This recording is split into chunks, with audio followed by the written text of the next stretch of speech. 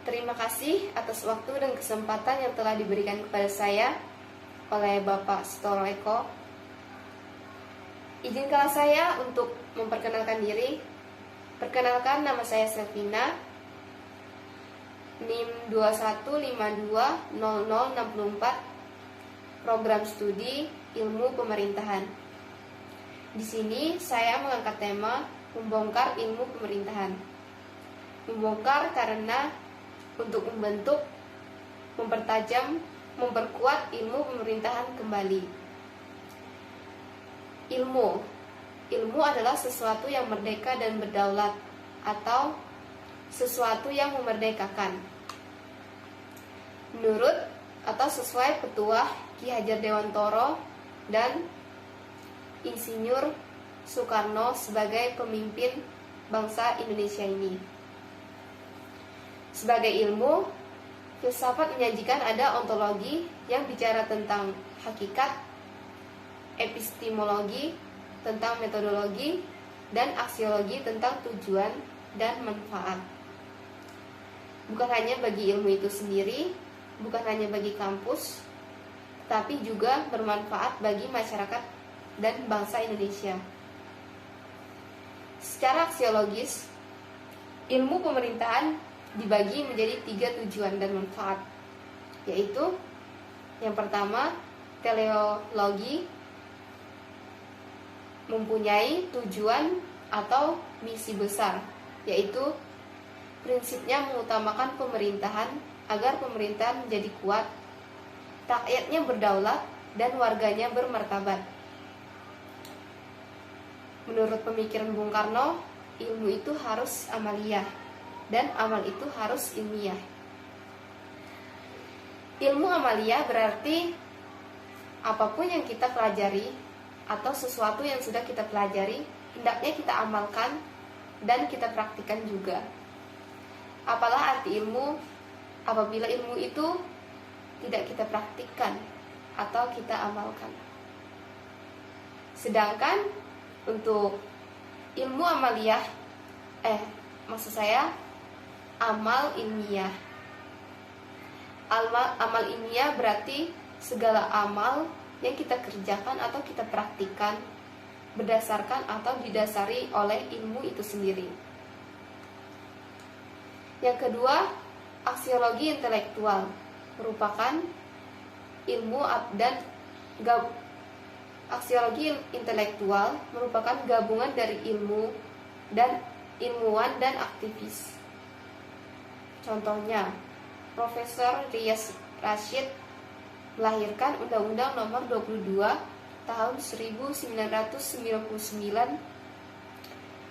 Pemerintahan daerah yang berdampak besar, munculnya otonomi daerah yang dinamis, yang merupakan sebagai Big Bang atau menjadi manfaat besar bagi para sarjana ilmu pemerintahan untuk berkiprah di daerah baik sebagai ASN atau aparatur sipil negara maupun yang lain. Kemudian muncul undang-undang desa sehingga juga banyak yang berkiprah di desa. Yang ketiga, aksiologi dalam pengertian mobilitas sosial. Yang kita ketahui aksiologi dalam pengertian mobilitas itu yang diambil dari bahasa Inggris atau mobility, yang merupakan pergerakan atau perpindahan. Sosial merupakan interaksi antara satu orang dengan yang lainnya, di mana di sini untuk mendapatkan mobilitas sosial, misalnya menjadi sarjana, hidup layak, dan lain-lain. Dalam mencapai pengertian mobilitas sosial, kita membutuhkan 3 hal yang paling penting, yaitu yang pertama ideologi dalam nilai atau sikap, kedua pengetahuan bisa tentang pemerintahan, nilai dari Pancasila, konstitusi, dan agama. Sementara untuk yang ketiga keterampilan bisa macam-macam.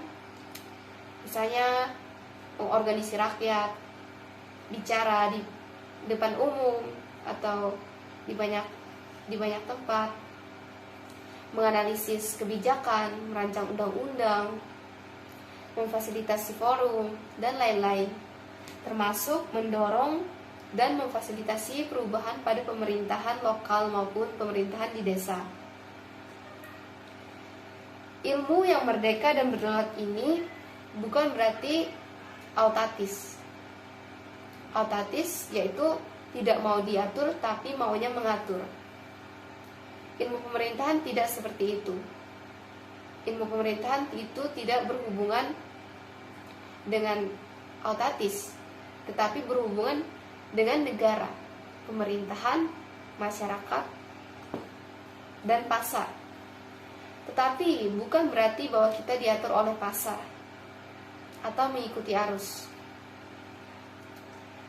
Kita lebih harus memperhatikan ke bagian aksiologi yang kedua, yaitu aksiologi intelektual. Di sini kita harus mencerahkan praktik pemerintahan.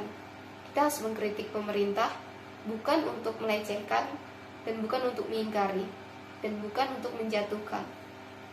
Kita ingin memuliakan, mengutamakan, dan memperkuat pemerintahan agar fungsi-fungsi pemerintahan yaitu pertama protecting atau melindungi, misal melindungi masyarakat dari virus corona atau COVID-19 yang ada di Indonesia saat ini.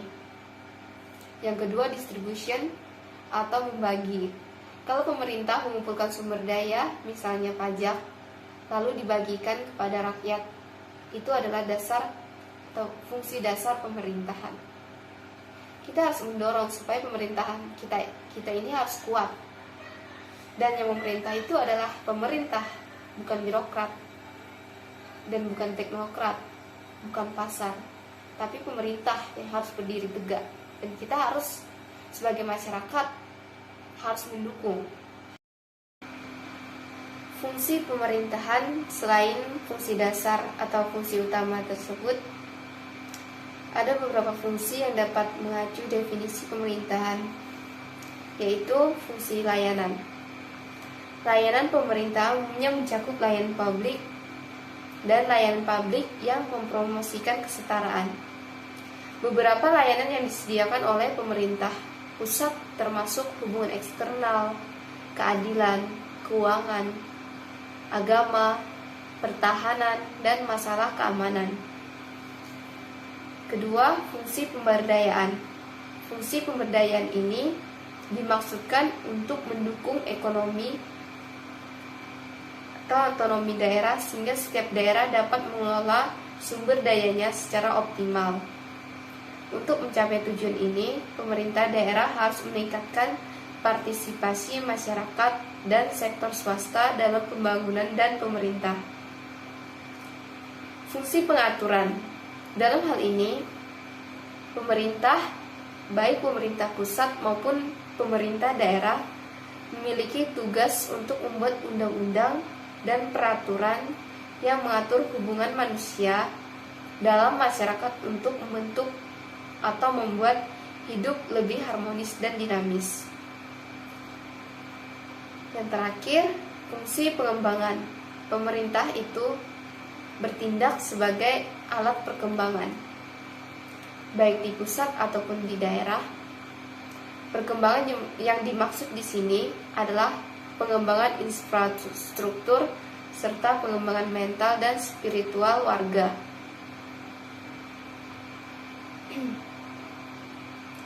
Lalu kita masuk ke tujuan pemerintahan. Tujuan dasar pemerintahan adalah untuk menjaga ketertiban dan keamanan publik sehingga setiap anggota masyarakat dapat bahagia. Beberapa tujuan pemerintahan diantaranya mengumpulkan pajak dan anggaran dengan cermat sehingga pengeluaran pemerintahan tepat sasaran. Lalu buka dan membuat pekerjaan sebanyak mungkin agar kebaikan bersama lebih baik. Menjaga hubungan diplomatik dengan negara lain melalui kerjasama di berbagai bidang. Melindungi hak asasi manusia, kebebasan, kesetaraan, perdamaian, dan keadilan bagi sesamanya.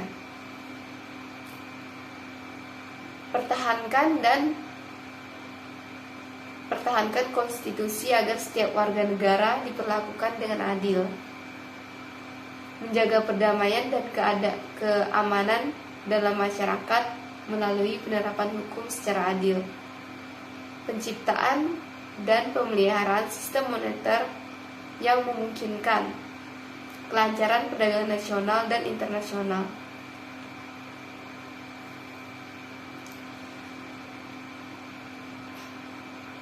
Demikian yang dapat saya sampaikan pada kesempatan kali ini.